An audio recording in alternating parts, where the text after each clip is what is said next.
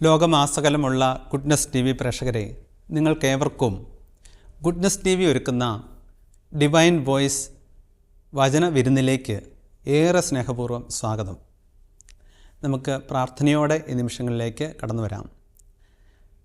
കർത്താവായ ഈശോയെ, അങ്ങ് ഞങ്ങളെ ഈ ഡിവൈൻ വോയിസ് വചന വിരുന്നിലേക്ക് ഈ നിമിഷങ്ങളിൽ, ഈ മണിക്കൂറിൽ ചേർത്തതിന്, വിളിച്ചതിന് ഞങ്ങൾ ഒന്നു ചേർന്ന് നന്ദി പറയുന്നു. ലോകത്തിൻ്റെ വിവിധ ഭാഗങ്ങളിലായിരിക്കുന്ന ഞങ്ങളെ എല്ലാവരെയും ഒരേ വചനം ഒരുപോലെ കേൾക്കാൻ, ഒരുപോലെ ഗ്രഹിക്കാൻ, ഒരുപോലെ ശ്രവിക്കാൻ ഒരുക്കുന്നതിന്, വിളിക്കുന്നതിന് ഈശോയെ നന്ദി പറയുന്നു. കർത്താവെ, അങ്ങ് അരുളി ചെയ്ത വചനത്തിൻ്റെ പൊരുൾ ഗ്രഹിക്കാൻ തക്ക വിധം ഞങ്ങളുടെ മനസ്സുകളെ അങ്ങ് തുറക്കണമേ. അങ്ങ് ശിഷ്യന്മാരുടെ മനസ്സ് തുറന്നല്ലോ അന്ന്, അതുപോലെ ഞങ്ങളുടെയും ഹൃദയത്തെയും മനസ്സിനെയും ഈശോയെ തുറക്കണേ എന്ന് പ്രാർത്ഥിക്കുന്നു. വചനത്തിൻ്റെ ഉപാസകയായ പരിശുദ്ധ അമ്മേ, വചനത്തെ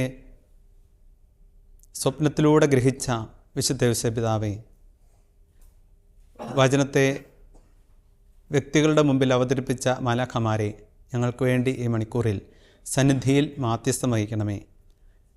സകലത്തിൻ്റെയും നാഥ എന്നേക്കും ആമേൻ. ഈശോയിൽ സ്നേഹം നിറഞ്ഞവരെ, നമ്മൾ ലോകത്തിൻ്റെ ഏത് ഭാഗങ്ങളിലായിരുന്നാലും കർത്താവ് പറയുന്ന ഒരു വചനം തന്നെ എല്ലാവർക്കും ഇന്ന് ഈ നിമിഷങ്ങളിൽ ശ്രവിക്കാനും ഗ്രഹിക്കാനും തക്ക വിധം കർത്താവ് ഈ മീഡിയയിലൂടെ ഒരുക്കി തന്നതിനെ ഓർത്ത് നമുക്ക് ആദ്യമേ നന്ദി പറയാം. നോമ്പ് കാലത്തിലൂടെ കടന്ന് നീങ്ങുന്ന നമുക്ക്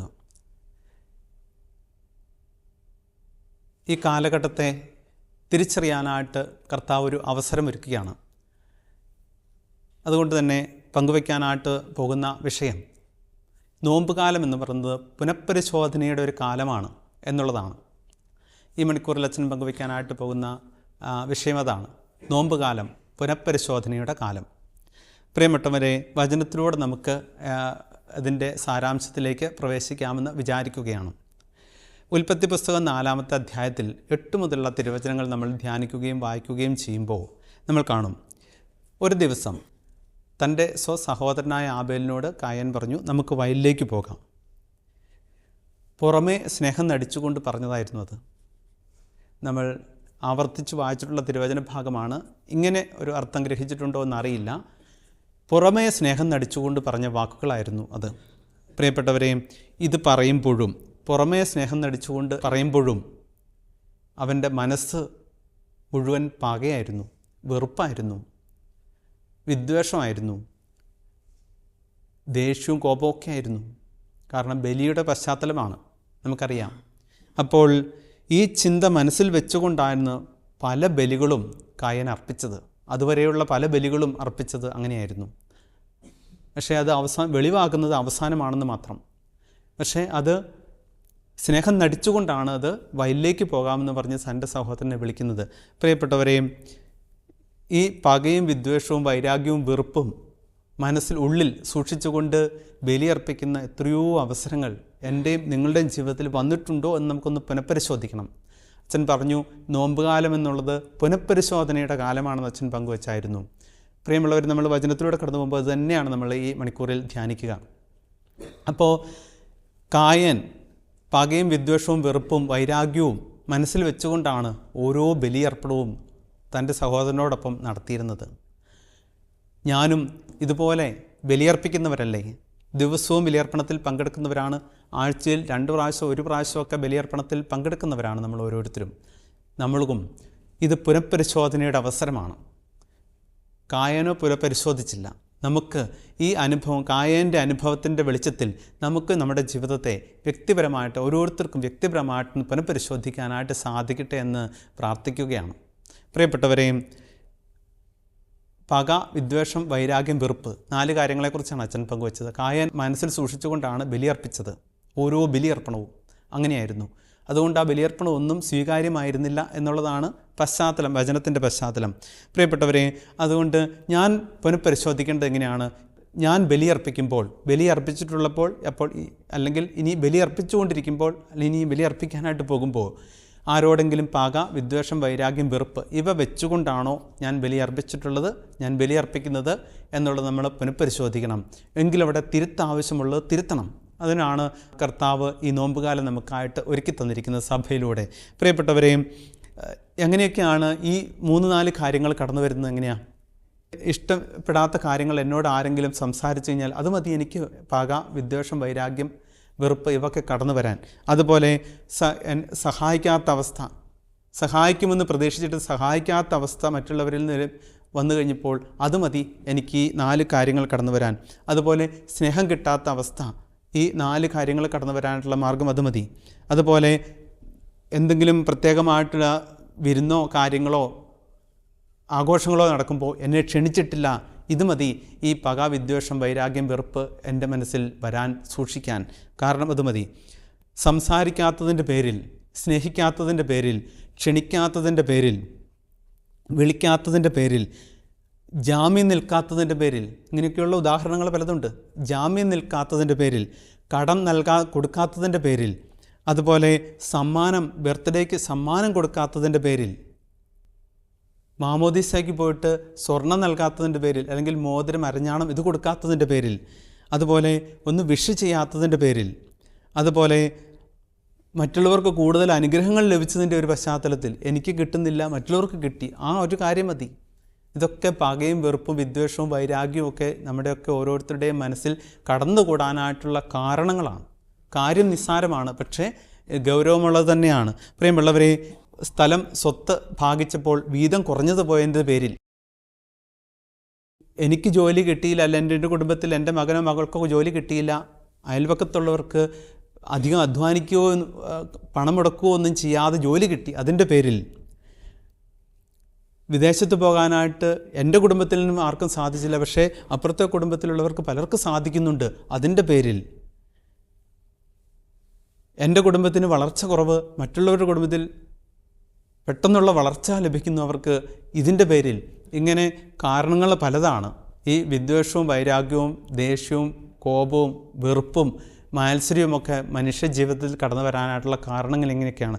ചിലതൊക്കെ വളരെ നിസ്സാരമാണ്, പക്ഷേ മനുഷ്യനല്ലേ, വികാരങ്ങളും വിചാരങ്ങളും ഉള്ളവരെ ഗൗരവമായിട്ട് തന്നെ പലപ്പോഴും ഇതൊക്കെ മനുഷ്യ ജീവിതത്തിൽ കടന്നു വരും. പ്രിയമുള്ളവരെ, ഇങ്ങനെ പോകുന്ന ജീവിതത്തിൽ ഈ പാകയും, വെറുപ്പും, വിദ്വേഷവും ഒക്കെ സൂക്ഷിക്കാനായിട്ടുള്ള യഥാർത്ഥത്തിൽ അർഹത എനിക്കോ നിങ്ങൾക്കോ നമുക്ക് ഓരോരുത്തർക്കും ഉണ്ടോ എന്ന് നമ്മളൊന്ന് പുനഃപരിശോധിക്കേണ്ടതുണ്ടെന്ന് തോന്നുകയാണ്. കാരണം യഥാർത്ഥത്തിൽ ഇങ്ങനെയുള്ള കാര്യങ്ങളെല്ലാം മനുഷ്യ ജീവിതത്തിൽ സ്വാഭാവികമായിട്ട് നടക്കും. പക്ഷേ അതിൻ്റെ പശ്ചാത്തലത്തിൽ ഞാൻ ഈ പക വെച്ചു പുലർത്തേണ്ട വല്ല കാര്യവുമുണ്ടോ, അതിനുള്ള അർഹത എനിക്കുണ്ടോ എന്നുള്ളത് നമ്മളിന്ന് പുനഃപരിശോധിക്കേണ്ടതുണ്ടെന്ന് തോന്നുകയാണ്. കാരണം എല്ലാം നമുക്ക് ദാനമായിട്ട് തന്നേക്കുന്നതാണ്, ഒന്ന് നമ്മളുടെ കഴിവുകൊണ്ട് നേടിയെടുത്തതല്ല. വിശുദ്ധ പൗലോസ്ലീഹ തൻ്റെ ലേഖനത്തിലൂടെ ഓർമ്മപ്പെടുത്തുന്നുണ്ട്, എല്ലാം ദാനമായിരിക്കെ നിങ്ങൾ എന്തിനാ അഹങ്കരിക്കുന്നതെന്നൊരു ചോദ്യം പൗലോസ്ലീഹ ചോദിക്കുന്നുണ്ട്. എല്ലാം ദാനമാണ്, ദാനമായി കിട്ടിയതല്ലാതെ നമുക്ക് എന്താ ഉള്ളതെന്ന് പൗലോസ്ലീഹ വീണ്ടും ആവർത്തിച്ച് ചോദിക്കുന്നുണ്ട്. പ്രിയമുള്ളവരെ, അതൊരു ഗാനത്തിൽ ഇപ്രകാരം സൂചിപ്പിച്ച് വെച്ചിട്ടുണ്ട്, എല്ലാം ദാനമല്ലേ, ഇതൊന്നും എൻ്റേതല്ല, എല്ലാം തന്നതല്ലേ, ഇതൊന്നും ഞാൻ നേടിയതല്ല. പ്രിയമുള്ളവരെ, എല്ലാം നമുക്ക് കിട്ടിയതെല്ലാം ഉള്ളതെല്ലാം ദാനമാണ്, ദൈവം ദാനമായിട്ട് തന്നിരിക്കുന്നതാണ്. ഇപ്പോൾ പൗലോസ്ലീഹ ഓർമ്മപ്പെടുന്നുണ്ട്, ദാനമായി കിട്ടി നിങ്ങൾ ദാനമായി തന്നെ കൊടുക്കുമെന്ന് ഓർമ്മപ്പെടുത്തുന്നുണ്ട്. അപ്പോൾ പലതും നമ്മൾ വിചാരിക്കുന്നത്, ഞാനും നിങ്ങളുമൊക്കെ പലപ്പോഴും വിചാരിച്ചു പോകുന്നത് എന്താ, ഇത് എൻ്റെ കഴിവാണ്, എൻ്റെ മിടുക്കാണ് എന്നുള്ളത്, എൻ്റെ യോഗ്യതയാണുള്ളത്. യഥാർത്ഥത്തിൽ നമുക്കൊരു യോഗ്യതയുമില്ല, ഇതെല്ലാം കർത്താവ് ദാനമായി നമുക്ക് തന്നതാണ്. ഒന്നും നമ്മൾ നേടിയെടുത്തതല്ല, കർത്താവിൻ്റെ കരുണ കൊണ്ട് നമ്മൾ നേടിയതാണ്. അങ്ങനെ വേണം അതിനെ കാണാനായിട്ട്. പ്രിയമുള്ളവരെ, അതുകൊണ്ട് നമ്മൾ അർപ്പിക്കുന്ന ഓരോ ബലിയർപ്പണത്തിൻ്റെ പിന്നിലുള്ള ചിന്ത എന്താണ് എന്നുള്ളത് യഥാർത്ഥത്തിൽ സ്വാതന്ത്ര്യത്തോടുകൂടിയാണോ, വിശുദ്ധിയോടുകൂടിയാണോ നമ്മൾ ഓരോ ബലിയർപ്പണവും നടത്തുന്നത് എന്നുള്ളത് പുനഃപരിശോധിക്കണം എന്നുള്ളതാണ് തിരുവചനം നമ്മളെ കായേൻ്റെ ജീവിതത്തിലൂടെ ഓർമ്മപ്പെടുത്തുക.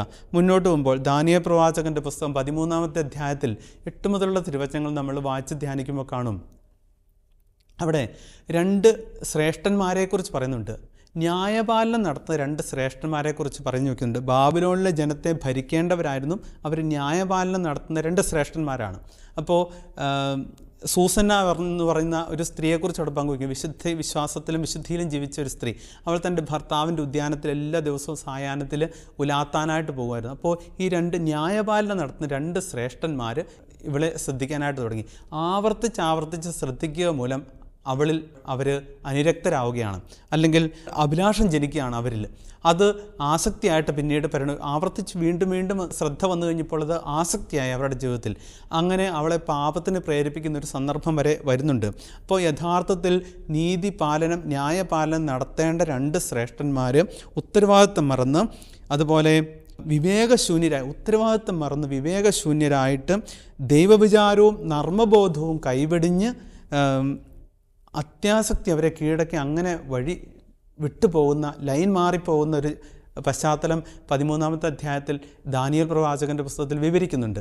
പ്രിയപ്പെട്ടവരെയും, ഞാനും പുനഃപരിശോധിക്കേണ്ട ഒരു കാര്യം അവിടെയുണ്ട്, ഒളിഞ്ഞു കിടപ്പുണ്ട്. പുനഃപരിശോധിക്കേണ്ട ഒരു കാര്യം, ഞാൻ മറ്റുള്ളവരോടൊപ്പം, മറ്റുള്ളവരെ കേൾക്കുമ്പോൾ, മറ്റുള്ളവരെ കാണുമ്പോൾ, മറ്റുള്ളവരോട് ഇടപെടുമ്പോൾ, മറ്റുള്ളവരോടൊപ്പം ജോലി ചെയ്യുമ്പോൾ, മറ്റുള്ളവരെ ഞാൻ സ്പർശിക്കുമ്പോൾ വിശുദ്ധമായ സ്പർശനമാണോ അശുദ്ധമായ സ്പർശനമാണോ, വിശുദ്ധമായ സംസാരമാണോ അശുദ്ധിയുള്ള സംസാരമാണോ, വിശുദ്ധിയുള്ള നോട്ടമാണോ അശുദ്ധിയുള്ള നോട്ടമാണോ എന്നിൽ നിന്നും വരുന്നത് എന്ന് ഞാനൊന്ന് പുനഃപരിശോധിക്കേണ്ടതുണ്ട് എന്ന് തോന്നുകയാണ്. പ്രത്യേകമായിട്ട് ഈ നോമ്പുകാലത്ത് അച്ഛൻ പങ്കുവെച്ചു വന്നല്ലോ, നോമ്പുകാലം എന്ന് പറയുന്നത് പുനഃപരിശോധനയുടെ കാലമാണെന്ന് പങ്കുവെച്ചു. നമ്മൾക്ക് നമ്മുടെ കാഴ്ചപ്പാടിനെ, നോട്ടത്തെ, കേൾവിയെ, സ്പർശത്തെ ഒന്ന് പുനഃപരിശോധിക്കാനായിട്ട് ഈ നോമ്പുകാലം ഇടയാക്കട്ടെ എന്ന് പ്രത്യേകമായിട്ട് പ്രാർത്ഥിക്കുകയാണ്. പ്രിയമുള്ളവരെ, അതുപോലെ പഠിക്കാനിരിക്കുമ്പോൾ വിശുദ്ധമായ വികാരത്തോടു കൂടിയാണോ അതോ അശുദ്ധമായ വിചാരത്തോടു കൂടിയാണോ ഞാൻ പഠിക്കാനിരിക്കുന്നത്?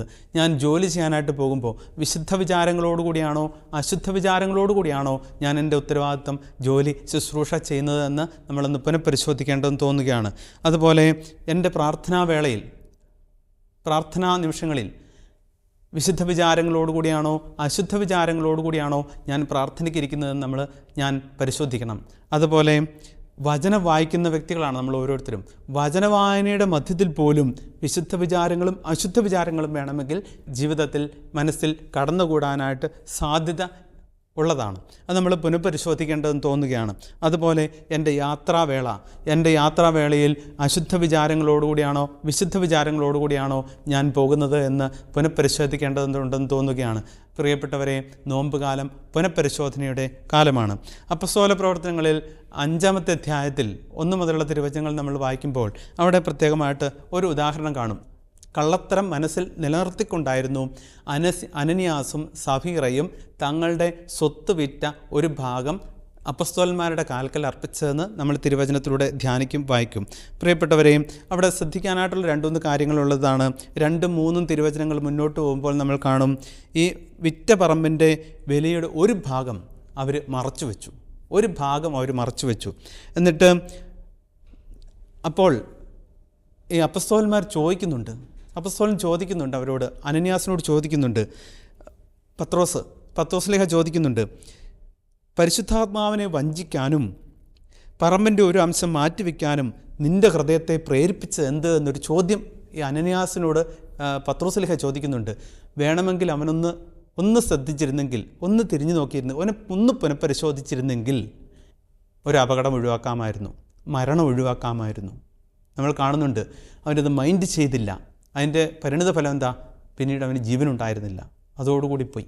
പ്രിയപ്പെട്ടവരെ, ഒന്ന് പുനഃപരിശോധിക്കാനായിട്ട് അവൻ തയ്യാറായിരുന്നെങ്കിൽ അവന് ജീവിതമുണ്ടായേനേമായിരുന്നു. പത്രോസ്ലീഹ അവസരം കൊടുത്തതാണ്, ചോദ്യം മുന്നിട്ട്. പണ്ട് കായൻ്റെ മുന്നിൽ ദൈവം ഇട്ടുകൊടുത്തതുപോലെ ചോദ്യം ഇട്ടുകൊടുത്തതാണ്, അവസരം ഇട്ടുകൊടുത്തതാണ്, ഉപയോഗിക്കാതെ പോയി. പ്രിയപ്പെട്ടവരെ, ഞാനും നിങ്ങളും ഓരോരുത്തരും പുനഃപരിശോധിക്കേണ്ട ഒരു മേഖലയാണ് ഇത് എന്ന് തോന്നുകയാണ്. തമ്പുരാൻ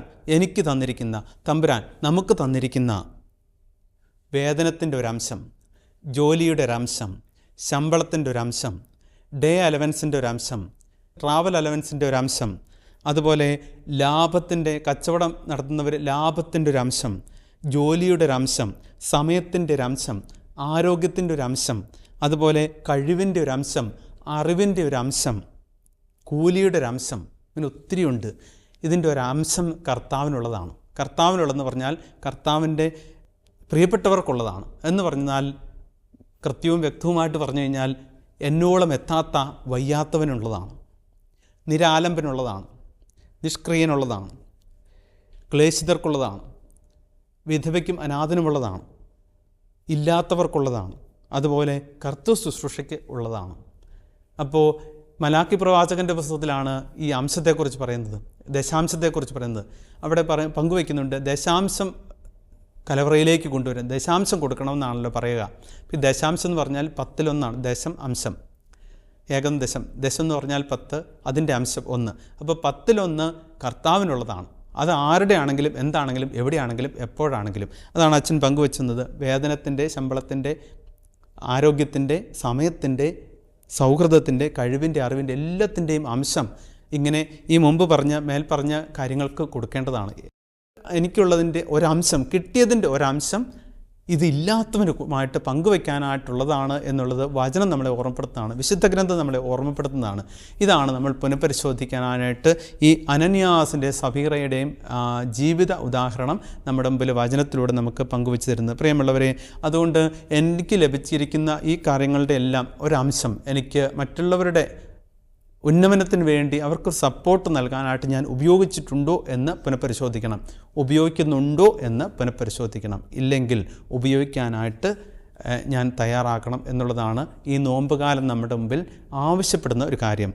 അതിന് നമുക്ക് നന്ദി പറയാം. ഇങ്ങനെ ഒരു തിരിച്ചറിവ് നമുക്ക് കർത്താവ് കൂടുതൽ വെളിപ്പെടുത്തി തരുന്നതിനെ ഓർത്ത് നമുക്ക് നന്ദി പറയാം. പ്രിയപ്പെട്ടവരെ, ലൂക്കായുടെ സുവിശേഷം 22-ാമത്തെ അധ്യായത്തിൽ 21 മുതലുള്ള തിരുവചനങ്ങൾ നമ്മൾ വായിക്കുകയും ധ്യാനിക്കുകയും ചെയ്യുമ്പോൾ നമ്മൾ കാണും, ഈശോയെ ഒറ്റാനുള്ള തീരുമാനത്തിൽ ഉറച്ചു നിന്നുകൊണ്ടാണ് യൂദാസ് ഈശോ അർപ്പിച്ച ആദ്യ കുർബാനയിൽ പങ്കെടുത്തതും ഈശോ നൽകിയ ആദ്യ കുർബാന സ്വീകരിച്ചതും. ഈശോയെ ഒറ്റ കൊടുക്കാനായിട്ടുള്ള തീരുമാനത്തിൽ ഉറച്ചു നിന്നുകൊണ്ടാണ് ഈശോ ആദ്യ കുർബാന അവൻ പങ്കെടുത്തതും ആദ്യ കുർബാന അവൻ സ്വീകരിച്ചതും. പ്രിയപ്പെട്ടവരെ, അപ്പോൾ സ്വസ്തി എന്ന് പറഞ്ഞുകൊണ്ട് ചുംബിക്കുന്നുണ്ട്. ആദ്യ ചുംബനം നൽകുന്നതും ഈ ചിന്ത ഉള്ളിൽ വെച്ചുകൊണ്ടാണ്. ഒറ്റുക എന്നുള്ള ചിന്തയോടുകൂടി, നശിപ്പിക്കുക എന്നുള്ള ചിന്തയോടുകൂടി ആ ചിന്ത ഉള്ളിൽ വെച്ചുകൊണ്ടായിരുന്നു യൂദാസ് ആദ്യ ചുംബനോ അവസാന ചുംബനമാണെങ്കിലും അത് നൽകിയത്. പ്രിയപ്പെട്ടവരെ, ഇതും ഞാൻ പുനഃപരിശോധിക്കണം. നോമ്പുകാലം പുനഃപരിശോധനയുടെ കാലമാണല്ലോ. ഞാനും പുനഃപരിശോധിക്കണം. ഞാൻ പരിശുദ്ധ കുർബാന അർപ്പിക്കാനായിട്ട് പോകുമ്പോൾ മുമ്പ് നമ്മൾ കണ്ടു, യൂദാസ് പരിശുദ്ധ കുർബാനയിൽ പങ്കെടുത്തത് ഈ ചിന്തയോടുകൂടി, ഒറ്റുക എന്നുള്ള ചിന്തയോടുകൂടിയാണ്. യൂദാസ് പരിശുദ്ധ കുർബാന സ്വീകരിച്ചത് ഒറ്റുക എന്നുള്ള ചിന്തയോടുകൂടിയാണ്. യൂദാസ് പരിശുദ്ധ കുർബാന സ്വീകരിച്ചിട്ട് പുറത്തേക്ക് പോയത് ഒറ്റുക എന്നുള്ള ചിന്തയോടുകൂടിയായിരുന്നു. പ്രിയമുള്ളവരെ, ഓരോ പരിശുദ്ധ കുർബാനയിൽ സ്വീകരിക്കുന്ന, പങ്കെടുത്ത് ദേവാലയം വിട്ട് ഭവനത്തിലേക്ക്, ജോലി മേഖലകളിലേക്ക്, മറ്റ് അന്തരീക്ഷങ്ങളിലേക്ക്, സ്കൂൾ ജീവിതത്തിലേക്ക്, പഠന മേഖലകളിലേക്കൊക്കെ പോകുന്ന ഞാനും നിങ്ങളും ഒക്കെ പുനഃപരിശോധിക്കേണ്ട ഒരു യാഥാർത്ഥ്യമാണിത്. എന്ത്? ആരെങ്കിലും തകർക്കാനുള്ള, ആരെങ്കിലും തളർത്താനുള്ള, ആരെങ്കിലും താഴ്ത്താനുള്ള ചിന്തയോടുകൂടിയാണോ ഞാൻ പരിശുദ്ധ കുർബാനയിൽ പങ്കെടുക്കാൻ പോവുക? ഞാൻ പരിശുദ്ധ കുർബാന സ്വീകരിക്കുക, ഞാൻ പരിശുദ്ധ കുർബാന സ്വീകരിച്ചിറങ്ങുക? നമ്മൾ പുനഃപരിശോധിക്കേണ്ട ഒരു കാര്യമാണ്. അങ്ങനെയുണ്ടെങ്കിൽ അതിനവിടെ വിരാമമിടാനായിട്ട് ഈ നോമ്പുകാലം നമ്മളെ ഓർമ്മപ്പെടുത്തുകയാണ്. പ്രിയപ്പെട്ടവരെ, ഒരുക്കമില്ലാതെയുള്ള പങ്കെടുക്കലാണ് യഥാർത്ഥത്തിൽ യൂദാസ് ചെയ്തത്. ഒരുക്കമില്ലാതെയുള്ള വിശുദ്ധ കുർബാന പങ്കെടുക്കലൊക്കെ ഒറ്റിൻ്റെ ഗന്ധമുണ്ട്. ഒരുക്കമില്ലാതെ പങ്കെടുക്കുന്ന ഓരോ വിശുദ്ധ കുർബാനയ്ക്കും ഒറ്റിൻ്റെ ഗന്ധമുണ്ട്. പ്രിയമുള്ളവരെ, ഓടി വന്ന് വിശുദ്ധ കുർബാനയിൽ പങ്കെടുക്കുന്നവരെയൊക്കെ നമ്മൾ കണ്ടിട്ടുണ്ടാകും. വിശുദ്ധ കുർബാനയുടെ മധ്യത്തിൽ വന്ന് പങ്കെടുക്കാനായിട്ട് ശ്രദ്ധിക്കുന്നവരെ കണ്ടിട്ടുണ്ടാവും. ഇതെന്താ? ഒരുക്കമില്ലാത്തതാണ്. ഇതിൻ്റെ എല്ലാം പശ്ചാത്തലം ഇതാണ്. ഒരുക്കമില്ലാതെയുള്ള പങ്കെടുക്കലാണ്. ഒരുക്കമില്ലാതെയുടെ വിശുദ്ധ കുർബാനയുള്ള പങ്കെടുക്കലിന് പിന്നിൽ ഒറ്റിൻ്റെ ഗന്ധമുണ്ട് എന്ന് പ്രിയപ്പെട്ടവരെ നമ്മൾ തിരിച്ചറിയണം. അതുകൊണ്ട് ഇത് പുനഃപരിശോധിക്കാനായിട്ട് തിരുവചനം നമ്മളെ ഓർമ്മപ്പെടുത്തുകയാണ്. തൻ്റെ രണ്ടാം വരവ് വരെ ഓർമ്മ അല്ലെങ്കിൽ ഓർമ്മയ്ക്കായിട്ട് അർപ്പിക്കേണ്ട പരിശുദ്ധ കുർബാന വേണമെങ്കിൽ യോഹന്നാൻ സ്ലീഹ ഒഴിച്ച് ബാക്കി എല്ലാ സ്ലീഹന്മാരും രക്തസാക്ഷിത്വം വരിച്ചവരാണ്.